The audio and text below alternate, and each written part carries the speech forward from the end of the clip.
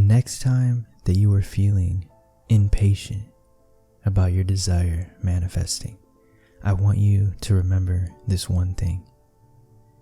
The thing that I want you to remember is the time delay.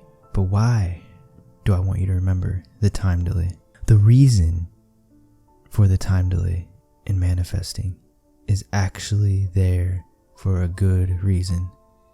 It's actually there to protect you. And what I mean is that, yeah, it would be nice to think about $1 million and it show up overnight.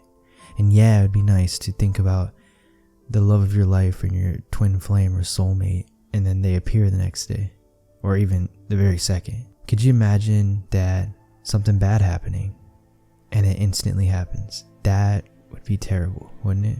If you imagined the most negative thing in the world and it happens instantly or tomorrow, I bet then you wouldn't be complaining about the time delay.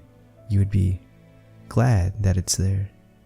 And so just recognize that just because the good things are happening a little slower, that means the bad things are also happening a little slower. So it's equal.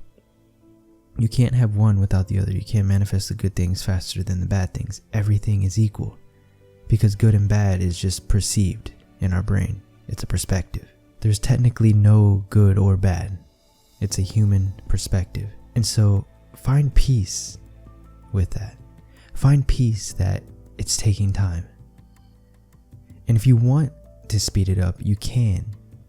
And you do that by changing your subconscious programming and visualizing it more.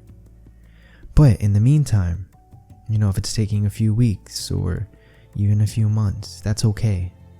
Because could you imagine if the opposite were true and the things in your worst fears were manifesting in a few days or a few months?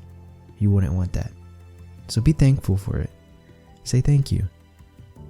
And realize that it's coming. And the more you focus on it, and the more you put your thoughts and your energy towards it, the more it will come into your life.